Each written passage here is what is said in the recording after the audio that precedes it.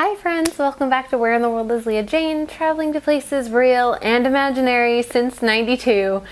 And today we're traveling to a reflection pool because your girl needs to reflect. So a while ago I posted a reverse Q&A video and a lot of you commented, which was awesome. I learned some really cool things about some of the people who are watching this channel and who I've been talking to on the internet for a little bit now. Those of you who have seen the video will also know that I said for every comment I would donate $1 to 826, and I did do that, woo! But I didn't really fully talk about why I loved 826. You see, often the best ideas are ones that make you wonder why no one had ever thought of them before. And the first time I discovered 826, I remember just being totally overcome with that feeling. But as I began reflecting on it, I started thinking about my own experiences with education. You see, throughout college, I was an educator in some way, whether that be working with America Reads or as the founder of a mentorship program for young adults. After college, I even spent a few years teaching English and other subjects abroad. So I've taken some time to think about what my philosophy as an educator might be. Probably not as much as those who have gone out and gotten a degree, but a lot for me. My first goal when I was a teacher was not to teach them a specific topic or to prepare them for a test.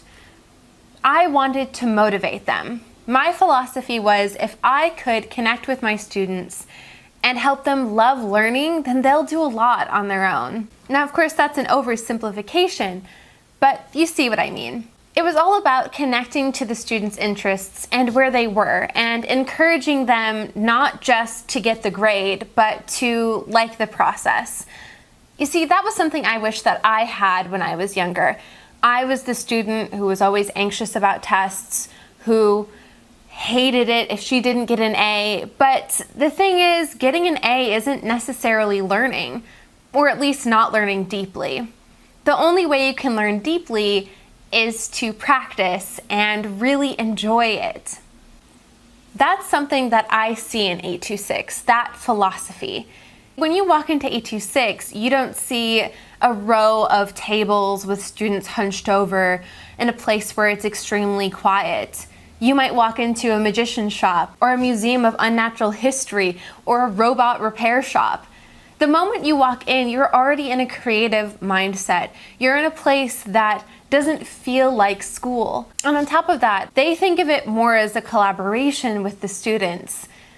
And that's something that I really appreciate and is something that I don't see often. In my other video I said, one of the things I loved about 826 is they take students' ideas seriously. One of the surest ways to fail is to not take something that you're excited about seriously. Because once you do that, well, you're preventing innovation and you're preventing growth. And as I began to think about it more, I started reflecting on my own hobbies, my own creative outlets, and how I treat myself when I engage in them. You see, a lot of you know me as a booktuber, albeit probably an inconsistent one. But I also like to write. I'm a booktube cliche. I know. It's not super original. I think a lot of us here like to write. But I'm not really telling you because I'm about to talk about my writing more often, although I might. I'm telling you this because I found that the anxiety I had in school, the anxiety to do well, to be seen as smart, really carried over into my writing. Which is kind of absurd. I mean, I'm not getting paid for it. It's not my livelihood. It's meant to be something I do because I enjoy it. So why aren't I letting myself grow? Every time I picked up the pen, I would look at my writing and think, wow, this is trash. Someone really let you do this? You should just throw your computer out the window. And that's ridiculous. You see, as I began thinking about it, I realized that I would never allow someone to talk to my students that way. I've seen what practice does over time. I've watched students improve. I know it works to just start with something you like and to keep going at it. Seen the successes multiple times over several years. And I've watched these students become more confident, happier, more creative Why can't I allow that for myself? It's silly. So right now I'm trying to get better at correcting my own self-talk, at really walking the walk when it comes to my philosophy.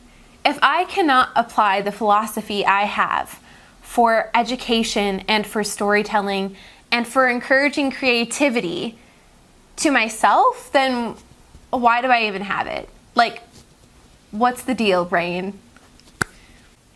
So I think I'm going to try to push myself just a little bit further. It's one thing for me to say, oh, I'm going to stop bad self-talk. Oh, I'm going to try to write more often and really see the fun in it. But I find that so hard to maintain. When you're staring at the same thing day to day to day, and you're reading other things that are such amazing quality that you can't fathom ever reaching this point, it's so easy to forget the journey. It's easy to forget that I'm writing not just to make a great story, but to de-stress and to be in another world and another place.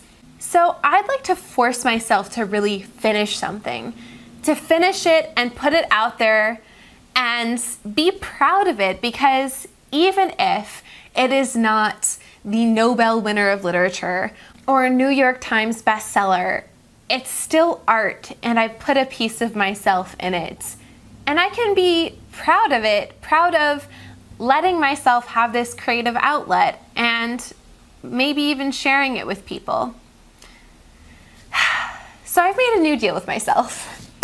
Ooh, can you tell I'm already like, why am I doing this? But I really need to do it, so let's do this. Okay, we're gonna take 3 deep breaths here, because once I put this on the internet, I feel like I can't back out. So,